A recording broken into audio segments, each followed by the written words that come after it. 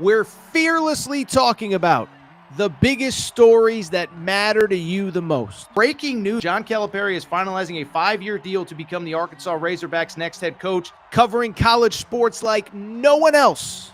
The biggest guests in sports. We now welcome in Hall of Famer Jim Calhoun. Such a pride I had, I came to connect. The legend, Tim Tebow, joins us. We'll run it back. I like it. The legend, Herschel Walker.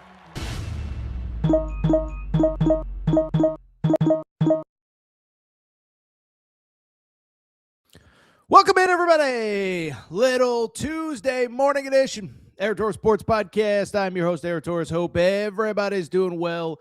Hope everybody's having a great day. Once again, no producer Matt. He is still stuck under the snow on the icy roads. I am riding solo. First of all, get in the chat. Does the mic sound okay? Do I look okay? Because I'll tell you what, we got a lot to talk about here on a Tuesday morning episode of the Air Torres Pod. Here is what we need to discuss. We need to discuss the BYU Arizona thriller. Arizona up 19. Arizona wins by 3. Unbelievable finish. Unbelievable game. What it means for Arizona. What it means for BYU. And why I actually feel really good about both of those teams. Duke, by the way, with the dominant statement victory over Louisville. I think you can argue Duke is maybe better than last year's Final Four team. Louisville, I think it's safe to say we're starting to have some worries about them. And then finally, we will wrap a little bit of recruiting news. Bruce Branch, 5-star, was on campus at BYU on Monday night. Did BYU find its replacement for AJ DeBonta? A lot to get into, a lot to discuss. Before we get started, one, get in the chat. Let me know if I sound good. As I always say when Matt's not here, fewer graphics, I apologize. But before we get started, a couple quick reminders. One, make sure that you are subscribed. Aaron Torres Pod YouTube channel. New clips, new videos going up every single day. Really do appreciate your support as we are already getting complaints about the officiating at the end of BYU Arizona. But make sure that you are subscribed. Also on Apple, Spotify, wherever you get your podcast, because we are. Speaking of support, you know who else is support we appreciate?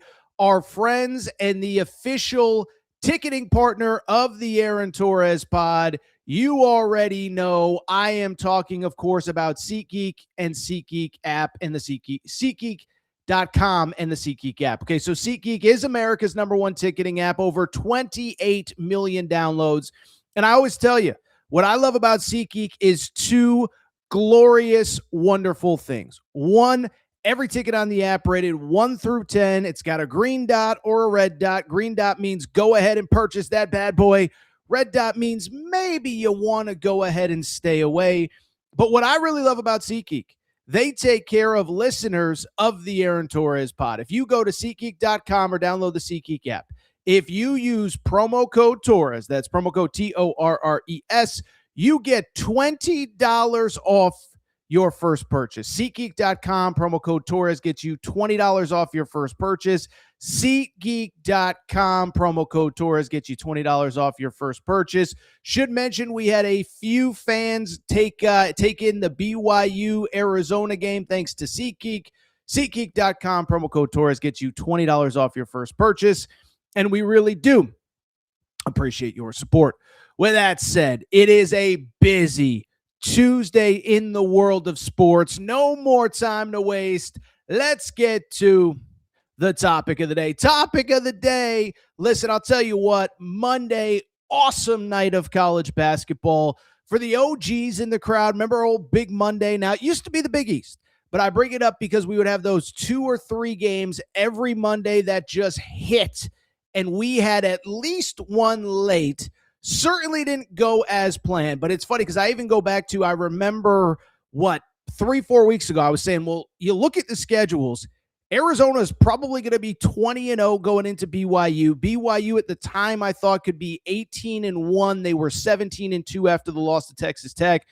But I just bring it up because you sat there and looked at this on the schedule and said, this one has a chance to be good. This one has a chance to be special. And that is exactly what happened on Monday night, although certainly not in the manner that we expected. as Arizona with the 86-83 victory. The crazy part, I think everybody, if you're watching a college basketball pod here on a Tuesday morning, you know, Arizona, the number one team in the country, was up 19 points in the second half. BYU rallies to make it a 1-point game with 16 seconds to go. They have the ball. They have a chance to win. A Rob Wright shot is blocked by Braden Burries, and the Arizona Wildcats get the victory. So we're going to talk big picture in a minute. But first of all, this was the quintessential Arizona game from the perspective of they could just beat you in so many ways. Give me a second here.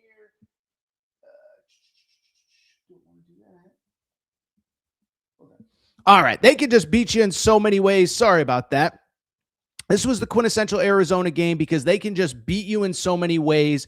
And early on, that is exactly what happened. In this game, Arizona was up comfortably at the half, and it was because of that great backcourt of Braden Burries and Jaden Bradley. I believe, if the stats are correct, if I remember off the top of my head, Braden Burries had, I want to say, 17 at the half. Jaden Bradley had, I want to say, maybe 14 or 16. So we're talking about, between the two of them, 31, 33, 34 points, whatever it is. They're in control of the game. They're in control late.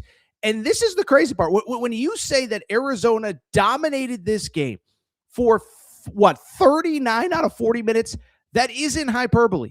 Arizona was up 11 with 1:04 to go, and then all hell broke loose. Okay, so we know what happened. If you didn't watch the game, basically, it was a crazy rally. BYU makes a couple baskets. BYU makes a couple more baskets. There is a hard foul that is called a flagrant one, which means that BYU gets foul shots and the ball. They convert the foul shots. They make the ensuing possession. They get a bucket. Then from there, there's the Jaden Bradley offensive foul that I don't think anybody thought was an offensive foul. You had the situation where Jaden Bradley is trapped in the corner and probably should have been a foul on BYU. Instead, it's called a jump ball. BYU gets the ball back. I just bring it up because it's absolute insanity. But late in the game, Rob Wright drives to the basket, and it is, in fact, Braden Burries who gets the block to get the win. 2 free throws seal it, 86-83. Okay, and so I think when you're looking at this game, you can sit there, from the Arizona perspective and just say, wow, how did we blow that lead? What a disappointment. What's wrong? I don't think most Arizona fans did that, but I thought you could. What I thought was more interesting was Tommy Lloyd after the game. Is that Tommy Lloyd, if you remember, was a longtime Gonzaga assistant. Gonzaga for a long time was in the same conference as BYU. And so because of it, he spent many nights playing at the Marriott Center. He knows how tough it is to play at BYU, and thought it was interesting. After the game, you wondered what was his reaction going to be. Was he going to be happy? Was he not going to be happy? Well, guess what? He knows how tough that place is to play. He was just happy to survive. Here's Tommy Lloyd talking about the victory. Fortunate for me, I played here a lot, so I know how hard it is, and I got a tremendous amount of respect for the BYU basketball program and the legacy they have. And so, we come in here, it's got our full attention. And, I know that, you're not always going to come out on the winning side, but, we really wanted this challenge for our team. This was a great opportunity for us, win or lose. And we approached it as such, obviously it's a quick turnaround. We played Saturday, and, we really only were able to kind of walk through yesterday. So our guys get a lot of credit. Our coaching staff, deserves a lot of credit for the preparation. And fortunately, we made one more play than they did tonight, where it felt like for stretches, we made a lot more plays than them, but they were able to kind of close the gap. So we'll evaluate that and figure out why. But I'm going to tip my hat to BYU, and I'm going to tip my hat to our players. That was Tommy Lloyd after the game saying that BYU and that place has our full attention and our utmost respect. By the way, I should mention, Arizona fans, if you're just finding this show for the first time, make sure to follow our Torres on Arizona page.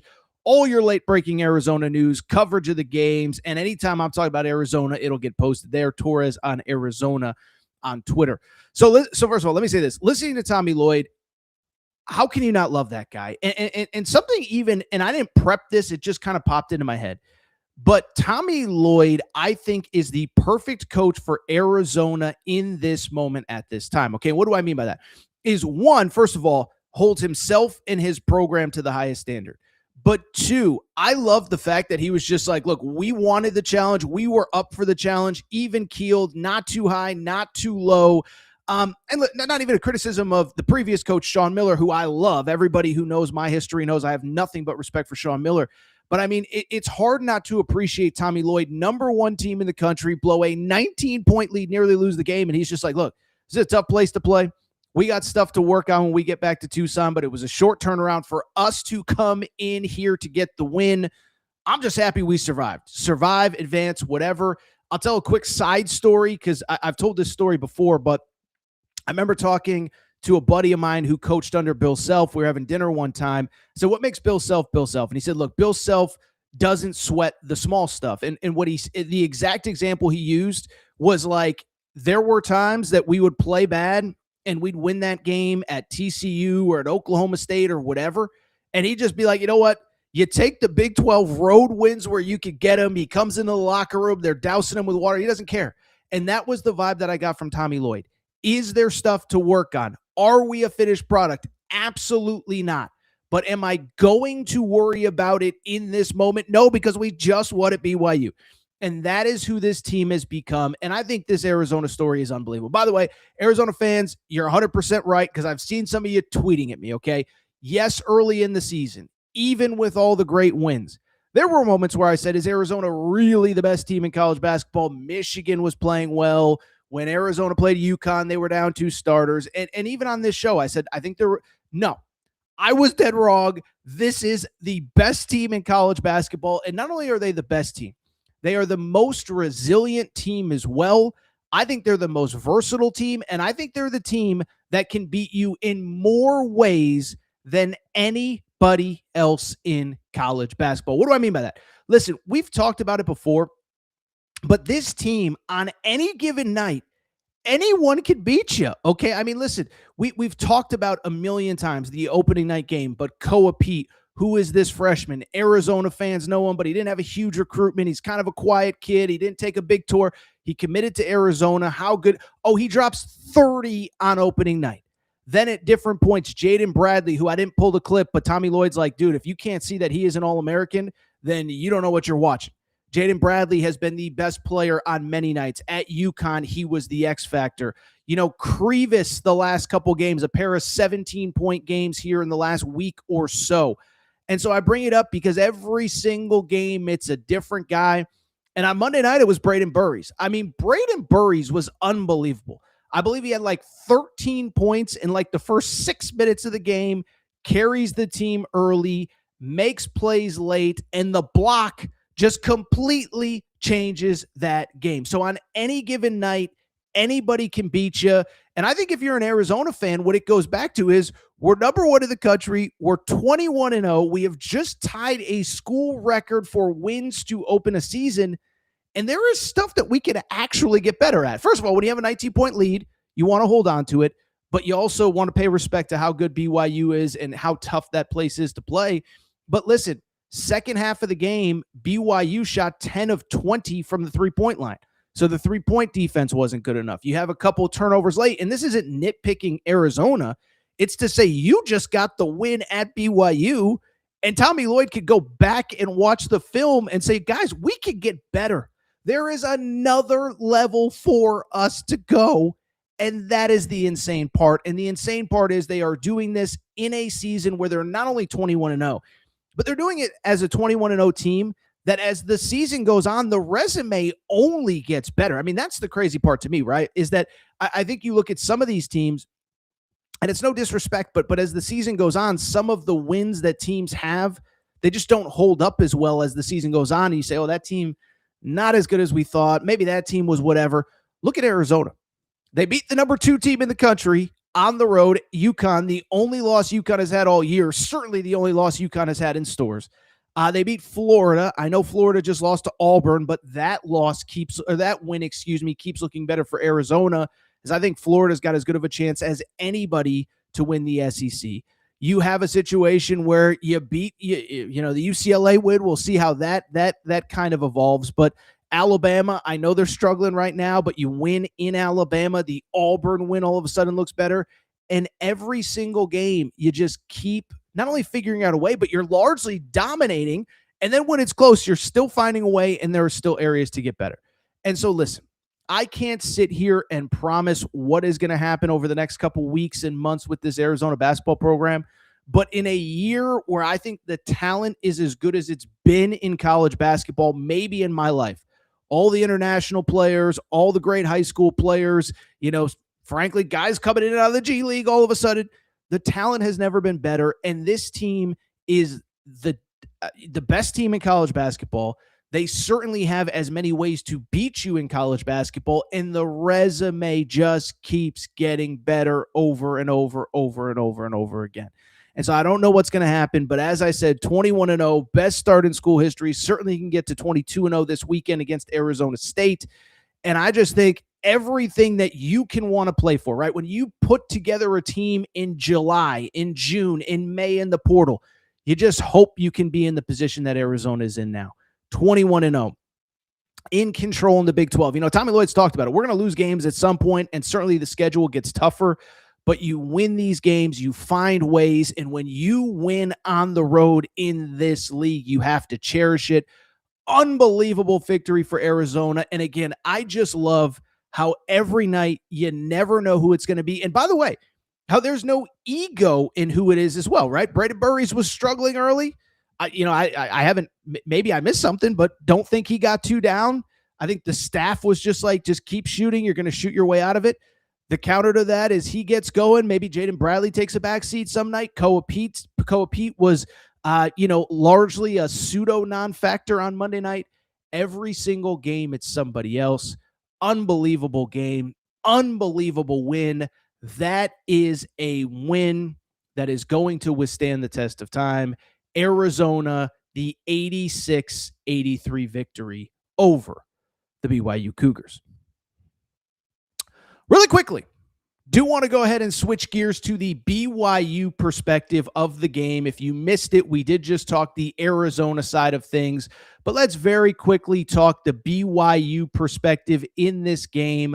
Final score, 86-83. By the way, BYU fans, make sure you're following our Torres on BYU account.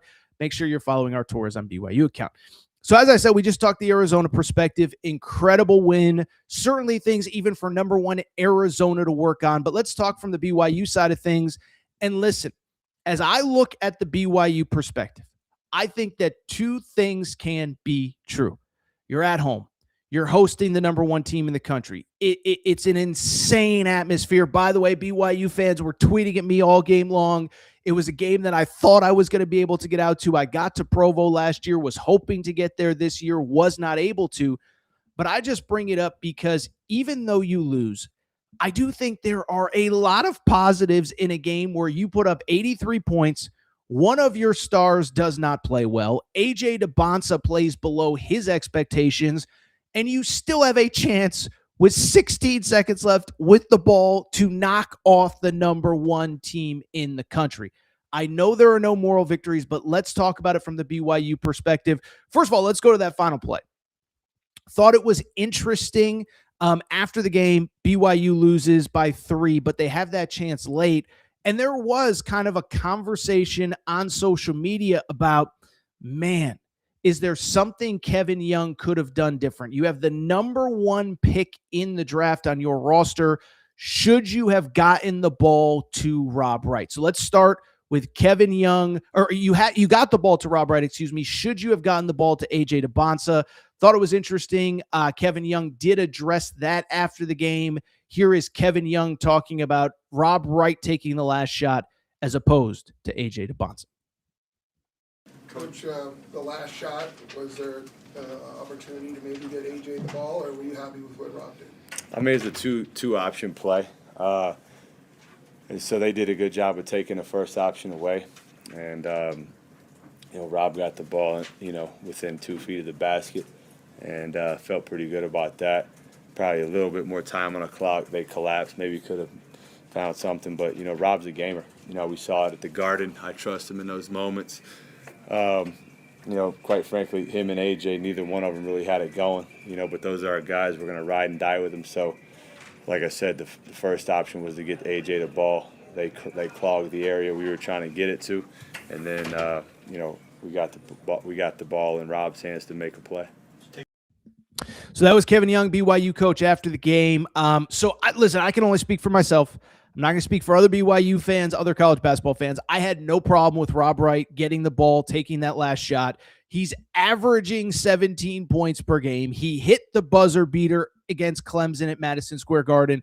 So it's hard for me to be too fired up that a dude who's averaging 17 points and is probably going to be like an all Big 12 second team type player, could be all Big 12 first team. There's just so many good guards in this league. It's hard for me to get too fired up that he takes the last shot instead of AJ DeBonsa. But I also think in the bigger picture of things, here's the other variable, is that you are in that position. 3-point game is the final score, but it was a 1-point game with 16 seconds to go, and neither AJ DeBonsa or Rob Wright played well. And so I know there are no moral victories for a team that was built to compete and play for a Final Four, the first Final Four in school history. But I do think there are positives. And where it starts is that we know how good that Big Three is. Big Three really wasn't that good on Monday night. Now, a lot of it, I want to be clear, is very much a credit to Arizona. Great team. Kevin Young, if you listen to the press conference, he said it all game. He's like, listen, I am not going to do anything to take away from Tommy Lloyd and what he did to slow us down. But at the same time, let's also call a spade a spade. Rob Wright, who again is averaging 17 points per game in this game, finishes with 7.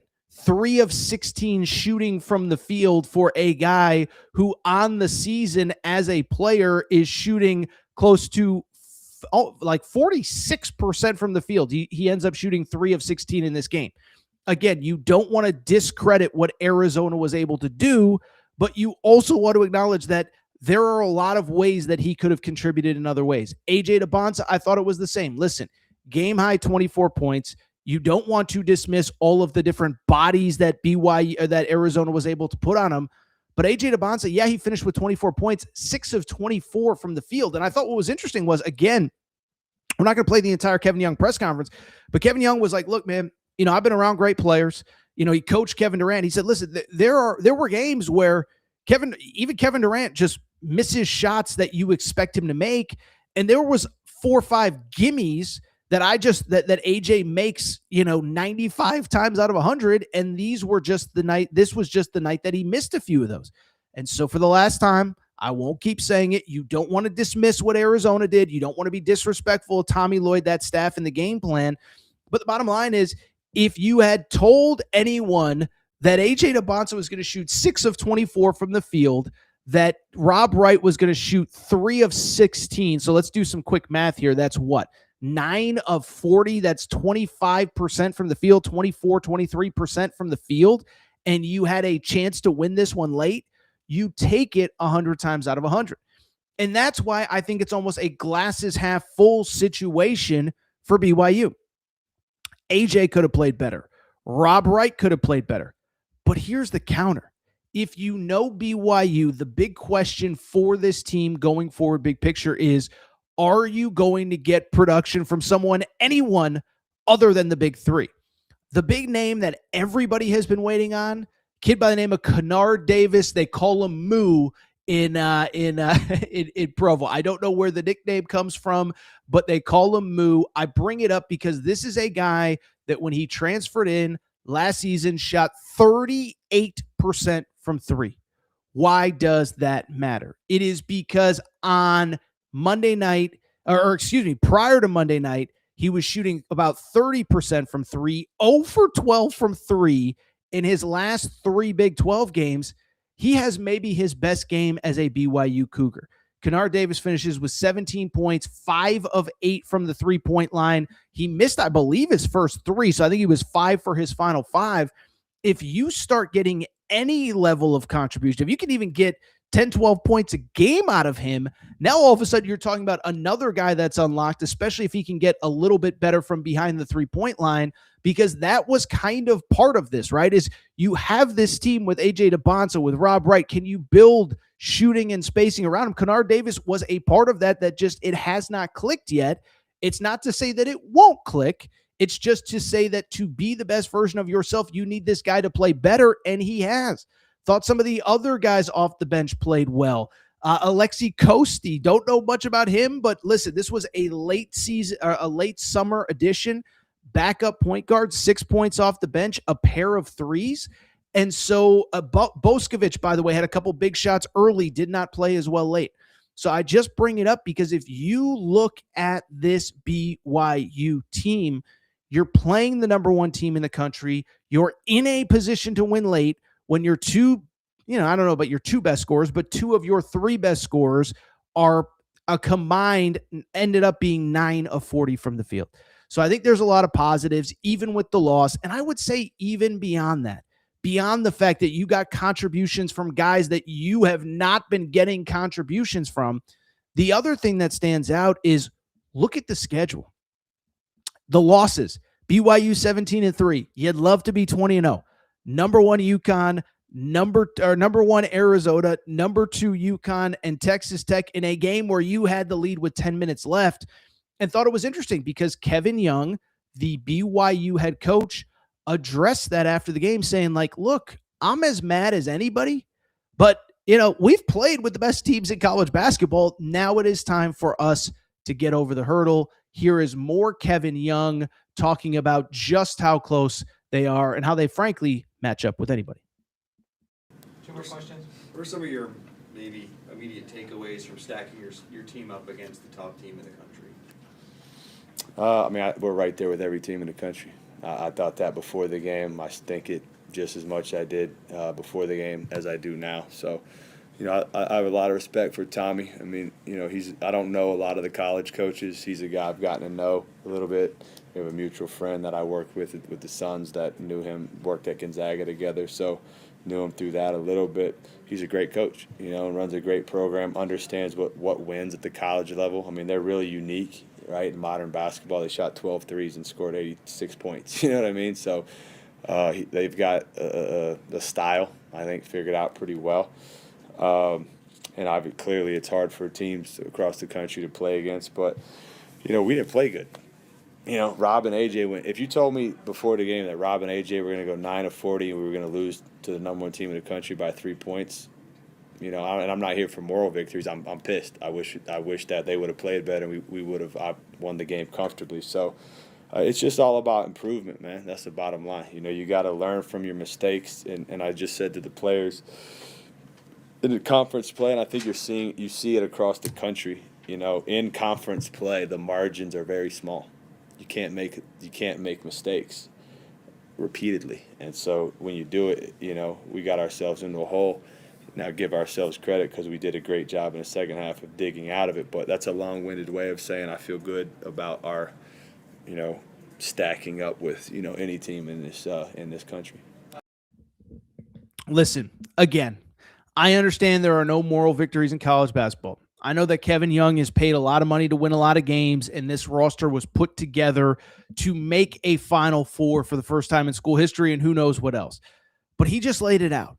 That was the number one team in the country, and you basically struggle. You got 2 of your 3 best players completely struggled throughout the game, 9 of 40. I know I've said it a few times. I know Kevin Young said it a few times, and you were in position late. Now, to the points in the chat, you do have to build depth. You have to find other guys. But I think Kennard Davis consistently shooting the 3, I think it changes the trajectory of this team. And to take it a step further, I think if you can get even a little bit from Kosti, from Abdullah Ahmed, who was just a total non-factor, Kadeem Boop, I was surprised did not play more. The only point I'm trying to make is that depth is going to be an issue all year. Do you have those guys off the bench? But again, if you could just get a little bit more out of Rob Wright, if you could just get a little bit more out of AJ, you find a way to win. Did not happen, but I'm not down on BYU. Now, BYU, the problem for BYU It don't get any easier from here. They got to go to Kansas on Saturday. Obviously, that's the college game day game with Darren Peterson hopefully playing versus AJ DeBonsa. Then you got Houston a few days later. Then, of course, Arizona on the road, Texas Tech a second game, Iowa State. So the schedule is going to stay tough. To the credit of BYU, though, one, resume is certainly better than it was at this time last year. Those wins out of conference are getting better. The Clemson win looks better. The Miami win looks better. And then on top of it, you really haven't lost games that you're not supposed to. So again, last time I'll say it, no, there are no moral victories. By the way, the Villanova loss looks better as well. No, there are no moral victories, but when you are in a situation, you're 17-3, you lose to the number 1 team in the country by 3, you lose to the number 2 team in the country by 2, and a Texas Tech team that I think right now is playing like a top 10 team on the road. You had the lead late. I think there's positives. Now it's about closing things out. You know what's not going to close out this show? We're actually just getting started. That is because we're going to come back. When we do, we're going to go ahead and discuss the other game early on Monday, Duke versus Louisville. This one not nearly as close as the BYU-Arizona game. Then from there, a very interesting recruit on the campus of BYU, Bruce Branch, top 10 prospect from Arizona. We think Arizona's recruiting him, although I'm not totally sure about that. I'll explain why. But could he be the eventual AJ DeBonsa replacement? Quick break. Be right back. All right, we're going to get back to the show in a minute. But before we do, you know what we got to do. We got to thank our friends. We got to thank our partners. We got to go ahead and thank Cauley Puffs and CauleyPuffs.com. Yeah, you see the logo on the back of the screen right here. Okay, so I've told you all about Cauley Puffs, but family-owned company, not far from where I live. Joey, a huge sports fan. And one day he was sitting on the couch and he said, you know what? I need a snack that is both healthy but delicious, something my kids are going to love, something my family's going to love, something I'm going to love. And so he came up with Cauley Puffs. This is the new age health food snack. You don't need to go to the grocery aisle and buy all that crap, the Doritos, the Fritos. No, my friends, you need Cauley Puffs. Baked, not fried, avocado oil, no grease, healthy ingredients. But here's the best part. They taste freaking delicious. Actually, there's another best part. In addition to tasting delicious, in addition to being healthy, they are also taking care of listeners of the Aaron Torres pod. Okay, so check this out. All you got to do is go to CauleyPuffs.com. That's CauleyPuffs.com, CauleyPuffs.com, and you can get 15% off any purchase with the promo code Torres. That's Torres, Torres. It's that simple. 15% off any purchase. 1 bag to try them out, 100 bags to cater a party. Doesn't really matter. Promo code Torres. CauleyPuffs.com gets you 15% off. Cauley Puffs also available on Amazon. You obviously can't get the promo code there, but CauleyPuffs.com, CauleyPuffs.com, promo code Torres gets you 15% off any purchase. Thank you to our friends at Cauley Puffs. All right, everybody. I am back. Good to be back. Good to be back. I will get back to the show in a second. A couple quick comments on the BYU-Arizona game. Jim, diehard Arizona fan, we've heard from you for a long time. Jim, we appreciate your support. The Bigs from Arizona did not play well at all. Can't wait for the rematch in McHale Center. Remember, we had 2 thrillers in this series last year. Questionable calls late at McHale Center, but BYU did get the win there. We will see, if BYU can get the upset at Arizona in a few weeks from now. Feedback, who I assume is a BYU fan, says the 2 things that can stop BYU from reaching the Sweet 16 are size and depth. Jim also, again, the Arizona fan, mentions that Jaden Bradley held Rob Wright scoreless last year when Baylor, of course, Rob Wright is a former Baylor Bear, when Rob Wright played for the Baylor Bears. So a lot of commentary from a great game. Listen, I going to be a theme on this show. There's just going to be a lot of Big 12 conversation. There's just going to be so much to talk about. Let's go ahead and switch gears to the first game of the night. Before we do, though, you know what we got to do. We got to thank our friends. We got to thank our hotel and casino partners. We got to go ahead and thank Circa Sportsbook. Okay, so Circa and Circa Sportsbook, listen, we got a lot of Arizona fans in the chat. We have a lot of BYU fans in the chat. You've probably been to Vegas. And you know that the best place in Vegas to watch any game, college football, college basketball, NFL, NBA, whatever, is Circa Sportsbook. What many of you might not know, if you live on the East Coast, it's not easy to get to Vegas. And so I bring it up because this is the cool part about Circa. They have opened up a brand new sports book at Mint Kentucky Downs, the Mint in Franklin, Kentucky. All of the same great amenities of the Circa Sportsbook. That, by the way, if you've been to the Circa Sportsbook in Vegas, you know that's what it looks like. That is actually the one at the Mint in Kentucky. Brand new Circa Sportsbook. It's about 40 or so minutes from Nashville, 20 minutes from Bowling Green, Kentucky, and just a beautiful facility, beautiful place, beautiful spot to just watch games. Producer Matt and I will be there in March. We actually may have a special guest. I'm working on that. But Mint Kentucky Downs, Franklin, Kentucky is the brand new Circa Sportsbook, and we really do appreciate the Mint's support of the Aaron Torres pod and Circa Sportsbook as well. All right, let's go ahead and switch gears. Let's get to the early game. So obviously, as far as college basketball was concerned, we had a great doubleheader that everybody was excited about, a pair of top 25 matchups. The second game certainly lived up to expectations. The first one, not so much. Final score, so BYU, or I should say Duke and Louisville, top 25 matchup. You're feeling good. This is going to be the lead-in to Arizona versus BYU. It's going to be a great game. We're all so excited to watch. Yeah, it was entertaining there for about a half a minute until Duke just did Duke things. Final score in this one, 83-52. Duke with the 31-point win. And we'll get into it in a second. But I really think we are at the point where you can start arguing that this Duke team in 2025, 2026 is better, or at least trending to be better than the Duke team from a season ago that made the Final Four, was the favorite going into the NCAA tournament. We will get to that in a minute. It sounds crazy when you hear me out. I think you'll be surprised by some of the stats. But let's start with the game on Monday night. And I think what stands out to me about the game on Monday night is that it was a 31-point win. It was actually very close early in the game. As a matter of fact, this is kind of crazy. A Ryan Conwell 3 from Louisville with 4:30 to go gave Louisville the 25-24 lead, okay? So the bottom line is pretty straightforward, is that Louisville had a 25-24 lead with 4:30 to go. You feel like they're going to be in the game. No. Duke ends up going on a 14-3 run to end the first half. They're up 38-28. And then after halftime, it was BTA, belt to you-know-what. Duke outscores Louisville 45-24 and cruises again to a 31-point victory. I think what's crazy about this game, if you watch this game, so Cam Boozer, National Player of the Year. Listen, I've made the argument at times that I think AJ DeBonsa is at least in the conversation.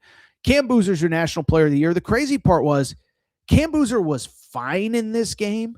I don't think Cam Boozer was great by any stretch of the imagination. It shows you how good he is because he finished with 19 points and 10 rebounds. So when you finish with 19 points and 10 rebounds in a game and you still are being talked about as having a good but not great game, it means that you're good, but it means that you're the National Player of the Year. When you get 19 and 10 and people are like, whatever, seemed better, when it's not one of the top 10 games that you have played as a Duke Blue Devil and you get 19 and 10, it shows you how good he is, but it also showed you that Duke is so much more than Cam Boozer. And it's funny because one of the big conversations has been, well, who does Duke have besides Cam Boozer? Well, first of all, when your best player is consistently getting you 20 and 10 on bad nights, and really it's like 23 and 10 because he's averaging 24 points a game. So he's basically getting you essentially on average a minimum of 23 points per game. You don't need a second great player because even the bad games for Cam Boozer, you're getting 19, 20, 21, 25, 28 points or whatever. But I thought the game on Monday showed that there is plenty of talent around him. Isaiah Evans, for people who don't know the Duke roster as well, he was a contributor last year, had a great game against Auburn early in the season, but never really fully clicked, basically because he was a freshman on a veteran team. He finished on Monday night with 19 points.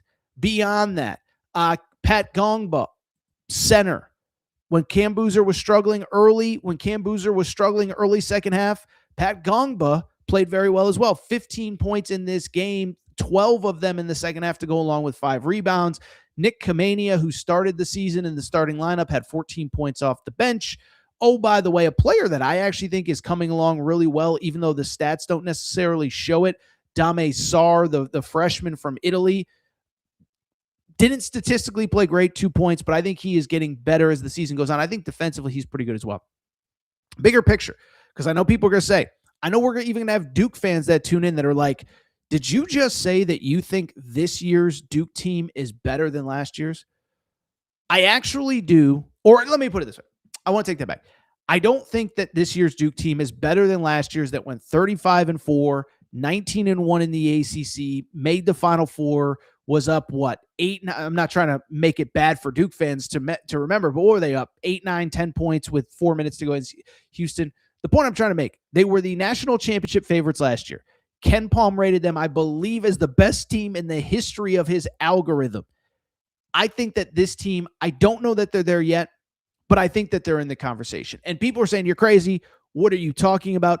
Well, first of all, let's just look at the resumes. Let's take your opinion out of it. Let's take my opinion out of it. And it's funny because I put up this tweet, and I think Duke fans got it, but a lot of people were also surprised, even among Duke fans. So let's compare last year to this year. And this tweet is going up. By the way, again, no producer Matt, so the visuals aren't quite what they normally are. But last season, through 20 games, Duke was 18-2, 10-0 in the ACC with 2 ranked wins. This year, Duke is 19-1, 8-0 in the ACC with 7 ranked wins. So let's again do that math. 19-1, a better win-loss record overall, 2 fewer wins in the ACC, but that's because there are obviously 2 fewer games that they've played so far. And then there's the key stat. 7-1 against ranked teams, 7 wins overall against ranked teams.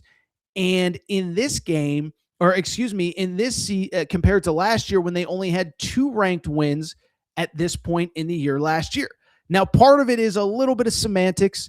The ACC played 20 league games, so there were 2 more ACC games, 2 fewer out-of-conference games. So obviously, look, the out-of-conference schedule just in theory isn't going to be as tough.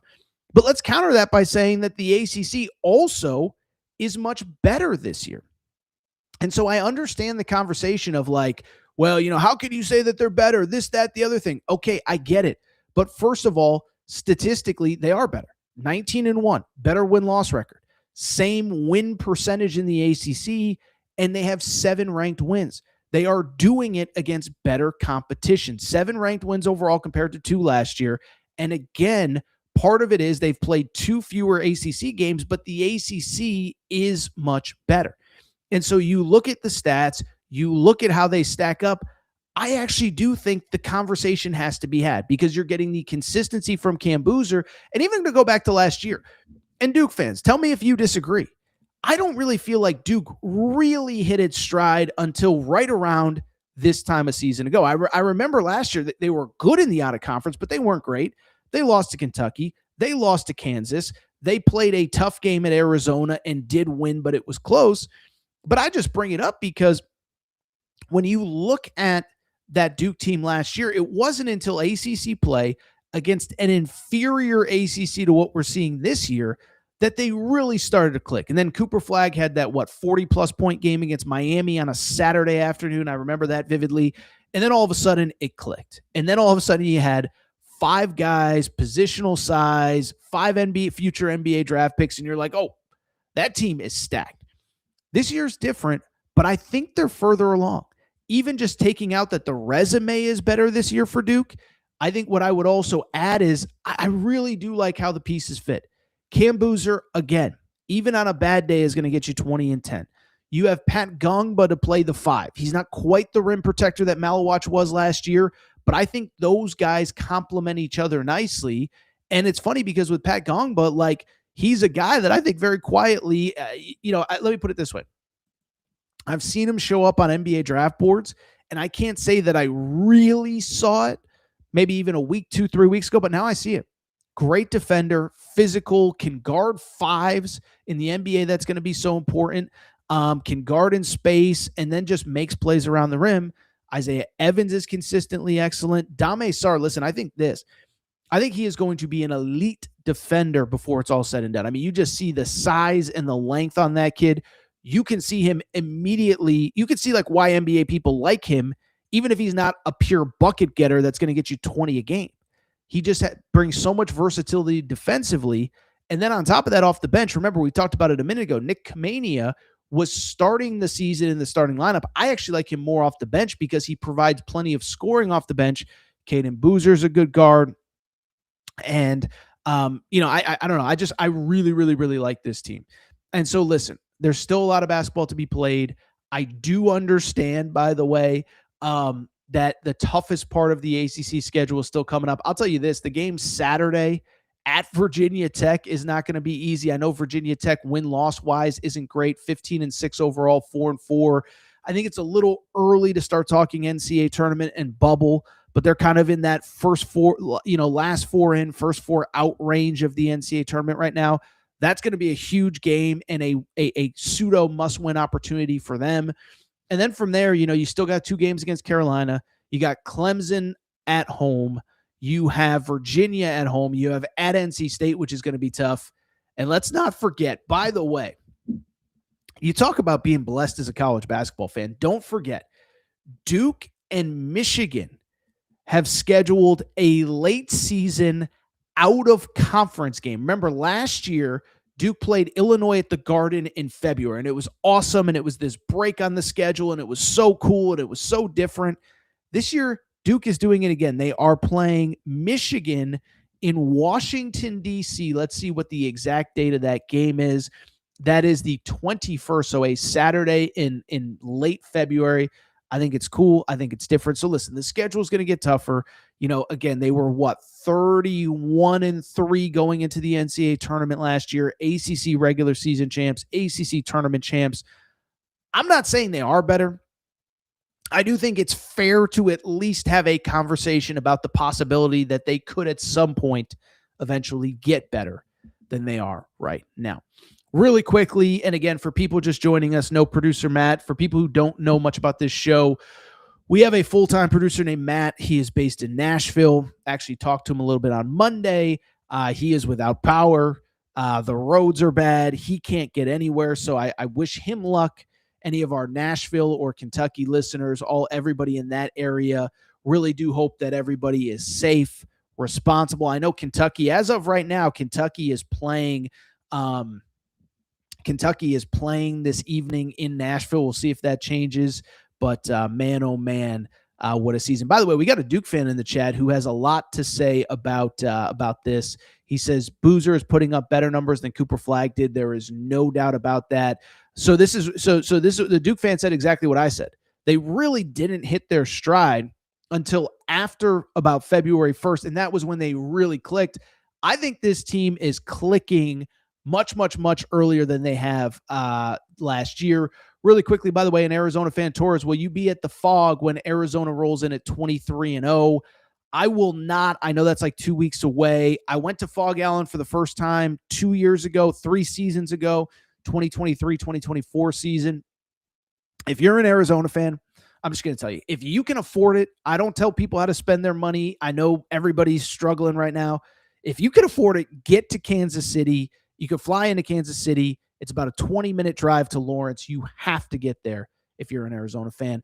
Really quickly, I'm not going to spend a ton of time on the Louisville side of things from the Louisville Duke perspective. I'm seeing a lot of like, how good is Pat Kelsey really? And also, first of all, Pat Kelsey is now 0-4 against Duke since he got to Louisville. I believe the stat is, you can't say he has no wins against ranked teams. Somebody said that yesterday. He has no wins against ranked teams. Well, Kentucky was ranked when they played them earlier this year. But I do think it's fair to start to have the conversation. The ACC was way down last year. Louisville beat up on a lot of bad teams. And now as the league has gotten better, they are 14-6 overall, 4-4. Obviously, the 2 losses out of conference at Tennessee, at Arkansas, not going to hold it against them. Those are 2 really tough places to play. But listen, I'll say this. I'm starting to see the stats of, well, Kenny Payne against ranked teams lost by this many. And listen, if we're comparing Kenny Payne, and listen, I love KP, but if we're comparing the Kenny Payne era to Pat Kelsey, we got to stop. And I understand Louisville is one of those places, one of the great places in college basketball. I spent some time down there in December. I was in Kentucky, swung by Louisville, whatever. And it's one of those places. It's no different than UConn. It's no different than Kentucky. You're expected to win every single game. And so to me, I understand the frustration that you're 0-4 against Duke, that you're whatever against ranked opponents. I also just think, listen, the perfect coach doesn't exist. Whatever. BYU has lost to the 3 best teams on their schedule. I don't think that means that Kevin Young isn't a great head coach. UConn right now hasn't fully figured it out. I think we know Dan Hurley is going to be fine. And it's worth noting, by the way, Louisville fans, I'm just going to say Dan Hurley did not win an NCAA tournament game until year 5 of his time at UConn. So I understand the frustration. If they keep losing these games, maybe there are conversations to be had. They have SMU at home in a couple days. And then the schedule really is pretty manageable. Notre Dame at home, at Wake Forest. You start losing some of those games, we can have the conversation. I'm not ready to start blasting Pat Kelsey. Maybe it changes in the next couple weeks, but the guy took over a dead program, got him to the tournament last year. They were completely misseeded, but that's another conversation for another day. And they still have something to prove in the ACC as well, right? Like I said, beating up on bad teams, not beating a lot of the good ones. Some of the wins from the out-of-conference have not aged well. You thought the Cincinnati win in Cincinnati was great. Yeah, Cincinnati sucks. You thought the Memphis win at home was good. Memphis sucks. But it's hard for me, especially with Mikel Brown Jr. out. Somebody in the chat mentioned that Mikel Brown Jr. did not play well at all in this game. And so I just bring let me see what they look like in 2 weeks. Let me see what they look like when Mikel Brown Jr. is back. He missed basically a month. It's hard for me to get too fired up. All right, so what we're going to do, we're going to take one more break. When we come back, I want to actually talk a little recruiting, okay? So college hoops recruiting is something we talk about quite a bit here on the Aaron Torres pod, but I bring it up because college hoops recruiting got very interesting on Monday night. Bruce Branch, one of the top high school players in America, was visiting BYU. Now, he's from Arizona, visiting BYU. Just bring it up to very simply say, is it an Arizona versus BYU recruitment? The Duke fans in the chat may be interested in this one. I think I have some pretty interesting intel on this one. Quick break, talk a little recruiting. Be right back. All right, we're going to get back to the show in a minute, but before we do, let's be real. Nothing ages you faster this time of year than following your favorite college football team. The recruiting, transfer portal, NIL, maybe you had a coaching change. Maybe you're even getting ready for a postseason game. Well, unless you're Notre Dame, another conversation for another day. But it leaves wrinkles and does a number on a man's face. That's why, folks, I use Tiege Hanley. Yes, I've been telling you about Tiege Hanley. I started using it about a month ago now, and I'll tell you what, I look better and my skin feels better even during this hectic time of year. Among my favorite products, the Super Serum and Eye Serum, they've been legit game changers. Fine lines, softer. Under eye bags, way less brutal. Yeah, I might be up all hours of the night watching all sorts of games, but with Tiege Hanley, you'd never know it. What I love about Tiege, everything they make is high quality and designed for us guys. They send you exactly what you need each month, so you don't have to wander around a store pretending that you know what all these labels mean. By the way, ladies, this time of year, this makes the perfect gift for the fella in your life who needs help, your dad, your friend, your coworker, whoever looks like he might have a couple wrinkles rolling in from watching too much film in the middle of the night. Right now, this is what I love about Tiege. They're giving listeners of the Aaron Torres pod a special offer, 40% off your first box plus a free $20 gift. That's an insane deal for how high these quality products are. All you got to do is just click that link below. That's 40% off your first box plus a $20 free gift. An insane offer. Just click the link below. Football might drain you emotionally, but Tiege keeps you looking really good. Even as, again, you're breaking down film late at night. You're not a coach, but you know what? Tiege Hanley's going to make you look good anyway. All right, everybody. I'm back. Good to be back. Good to be back. Final segment of the show. So good to be back. By the way, Tuesday, a monster night of college hoops. Michigan against Nebraska. We have the Michigan fans in the chat. Michigan 101, Nebraska 79 is his prediction. Michigan, the Ohio State was the trap game. They will be much better today. We will certainly be talking about that on tomorrow's show. Make sure to lock in. We'll probably go noon Eastern tomorrow instead of 11 a.m. Eastern. Noon Eastern tomorrow, we will be back because Arkansas and Kentucky, we think, weather permitting, both are playing tune-up games. Arkansas at Oklahoma, Kentucky at Vanderbilt, which, of course, leads into the big one on Saturday, Calipari versus Kentucky Part 2. We will continue to talk about that. And we will certainly, as the week goes on, talk about Michigan. Again, Michigan top 10 game against Nebraska here on a beautiful Tuesday morning. All right, let's go ahead and switch gears. By the way, Darren, who is our number one P1 listener in Australia, says everybody stay safe in Nashville, stay home and stay indoors. Yeah, for people just joining us, producer Matt, our producer, he's in Nashville. We're wishing him the best. I know he's not watching. I'm just hoping that he's okay. Maybe we get him a hotel. I don't know. We've been trying to get him a hotel, but he can't even get on the roads in Nashville right now. By the way, I'm still a little confused how they're going to play this Kentucky Vanderbilt game, but as of, again, it's 9 a.m. Pacific, noon Eastern. I guess the expectation is that this game is going to be played. It remains to be seen. All right, very quickly, let's go ahead and switch gears. Do want to talk about one little recruiting note, okay? And so if you're a listener of the Aaron Torres pod, let's I'm going to reset there because I just scratched my nose, okay?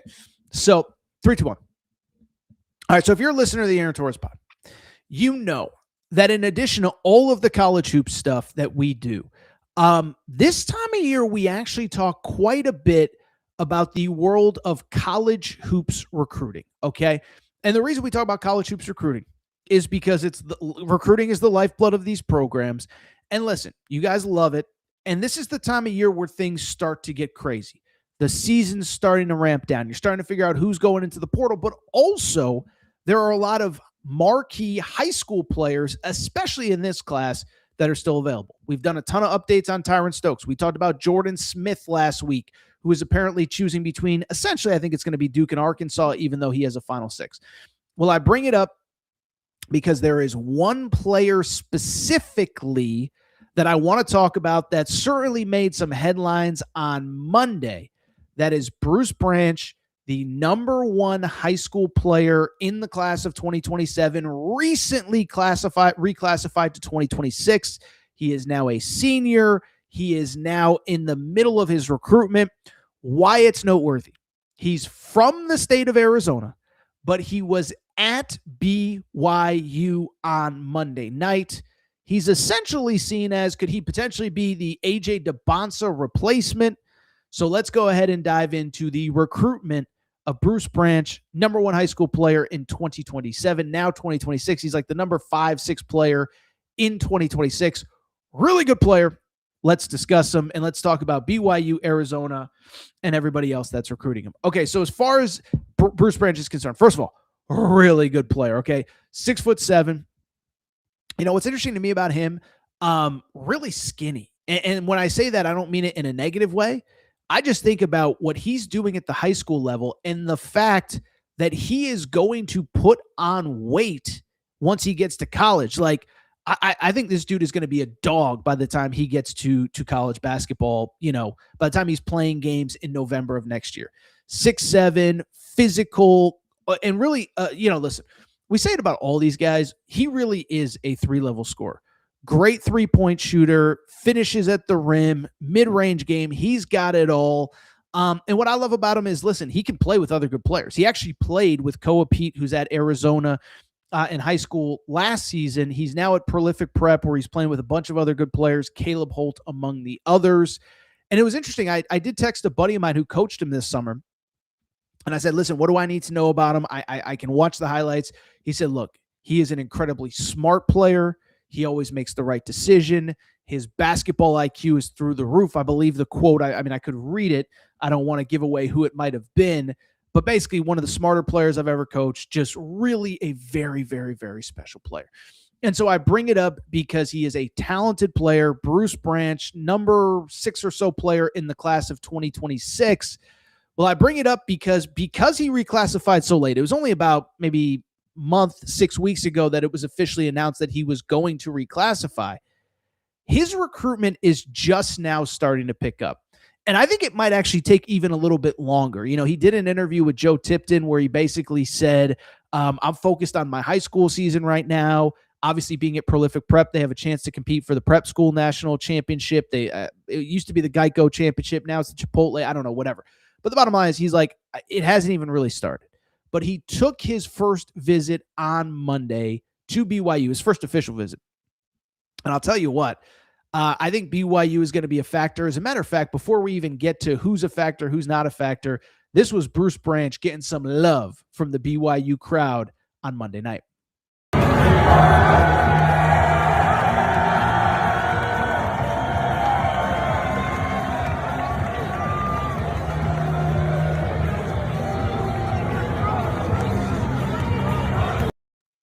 For those who could not hear, that was a "We want Bruce, we want Bruce, we want Bruce."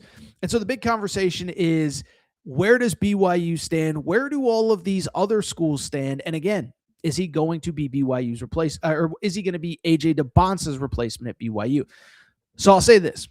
Even before he reclassified, first of all, it was known, even though he didn't reclassify until November, December, whatever, it was kind of pretty well known, like, he's going to enter the class of 2026. He is going to reclassify. And I will tell you what, it sounds crazy because if you see any list online, it's going to be BYU, Arizona, USC, Louisville, and Kansas seem to be the 5 that are most linked to him. The school that I actually heard quite a bit about early before he even officially reclassified was actually BYU. And the thought process is pretty simple, is that, listen, a couple things. One, remember, they have AJ DeBonce. He's going to be the number 1 or number 2 pick in the draft at this point. I don't even think it's really debatable. But then 2, let's not forget, on the wing, you're also going to have to replace Richie Saunders. And so the bottom line is there just aren't that many good players in the portal. Like there aren't going to be enough good players in the portal where you can't recruit the high school stars, where you need to replace 2 essentially 20-point-a-game scorers. And I think BYU very early on targeted Bruce Branch as a guy like probably the best actual replacement for AJ that is in high school basketball right now. And so I had heard from the beginning, this was the guy in the 2026 class that they are prioritizing. The fact that they got him on campus, the fact that they got him on campus for this game, I think is huge. You know, I didn't pull all the videos, but I saw him even sitting pregame with AJ DeBonce's dad. I know that he's talked to AJ about being a Cougar. And I think if you're a BYU fan, you got to feel really good about where you stand with this kid. Now, it's really early. And by the way, I should mention, to be clear, there is no replacing AJ DeBonce. So I don't want to make it sound like, oh, he's going to step in and average 23 a game and he's going to be AJ. There's only one AJ DeBonce. But I think, can you get some facsimile, something close to what you're getting from AJ? I do think you can. I do think it's important. And I do think he is the guy that BYU has prioritized. Now, the question becomes, there's a lot of other schools that are going to want this kid. And the big question becomes, who else is in the mix? And it would start with a team, ironically, that BYU played on Monday night, and that is the Arizona Wildcats. For people who don't know, Bruce Branch is from Arizona. As I said, former high school teammate of Koa Pete. And I do think there's a lot of people that do like Arizona. Now, I'll tell you, kind of poked around on this one. I think Arizona likes him. I don't know if Arizona, listen, let me put it this way. If this kid just said, I'm a Wildcat, sign me up, where's my scholarship, Arizona would take him. But you have to look at all of the other puzzle pieces around him. Remember, Arizona already has a commitment in the class of 2026 from a player who I know that they really like a lot, Cam Holmes, who is from the state of Arizona as well. He's listed as a top 30 player. Arizona thinks that he's like a top 10 player in the class. I'll leave it up to them. Clearly, we should trust Arizona's evaluation and recruiting. They know what they're doing.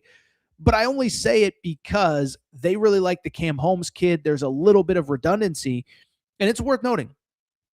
Remember the name Caleb Holt from Alabama, plays at Prolific Prep, visited Kentucky, visited Arkansas, visited all these schools. I only say it because, I think Arizona feels like they are in very good shape with Caleb Holt. He's cut his list to 4 or 5. Arizona is there, and I think he's in that mix. And so if you take Caleb Holt, if you take already have taken Cam Holmes, just doesn't even necessarily leave a spot for Bruce Branch. So it'll be interesting because I don't know how much of a mix in the mix Arizona is. The other two schools that you hear a lot about, Kansas and Louisville, and it makes sense from a couple perspectives. Kansas is an Adidas school. Bruce Branch played AAU ball with the Compton Magic Adidas. And it's worth noting, by the way, I did see somebody mention this. This is 5 of a Kind says, what if Branch shows up to the Fog for Arizona versus Kansas? Listen, if you're going to take in a game, that's probably the one to do it. My only thought about Kansas, yes, they are an Adidas school, but remember, they're now very much in the mix for Tyron Stokes, and many people believe Tyron Stokes is going to be a Jayhawk. And so all of a sudden you sit there and say, Tyron Stokes, kind of the same player as Bruce Branch. Does it make sense for Bruce Branch to go to Kansas if they get Tyron Stokes? So it'll be interesting to see how hard Kansas pushes. Do they only take one? Would they take both? If Tyron Stokes drags his feet, would they take? It's just going to be an interesting thing to see how Kansas fleshes it out. Obviously, I think Louisville will be in the mix. I think it'll be worth noting if they can get a visit, what that looks like. And then also, it is worth noting USC on the West Coast. Coach Muss really recruiting at a really high level. They have a lot of freshmen already coming in next year, including the Ratliff twins. But Coach Muss is always – Coach Muss, I don't think people realize he's a great recruiter. You go back to the Arkansas days with Anthony Black and Nick – I mean, he can really close if you can get a kid on campus. So we'll see what happens from there. By the way, Bruce Branch's former AAU teammate, Elijah Arenas, is at USC right now, so maybe there's some connection there. So we'll see what happens there. The one variable that I would say, the one team that I would look out for if I was a BYU fan that maybe isn't in the picture now, it is Duke, because Duke is interesting. One, I heard Duke was interested before he even reclassified. 2, Duke also has another one of his AAU teammates, a kid by the name of Cam Williams. There's a lot of Cams, so I'm going to trip up the names, but Cam Williams, also from the state of Arizona, a player who is committed to Duke. And so you wonder if there's ties there. And if Duke offers, you got to listen. You probably got to take a visit. I will say this about Duke. Duke right now already has 4 players committed for the class of 2026. I don't even remember off the top of my head. I know Cam Williams is one, Deron Rippey is one, Bryson Howard is one, and then they have the big kid, the name I'm blanking, Mayer. But with Duke, what's interesting is they're also in the mix for Jordan Smith. And at some point, it's like, how many freshmen do you want to take? And so that's going to be the one that I would keep an eye on.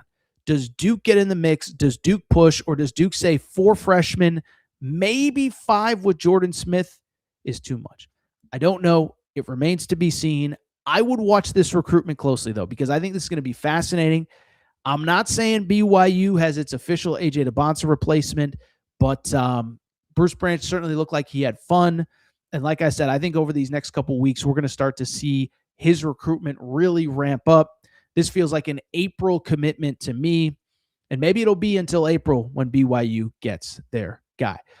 By the way, 5 of a Kind asked me, does Elijah Arenas stay at USC? And I think that obviously becomes, what does that mean for the recruitment? Listen, I'm not a recruiting expert. I've heard the Arenas family say very publicly that, basically that, Elijah's a one and done. The plan was to be a one and done.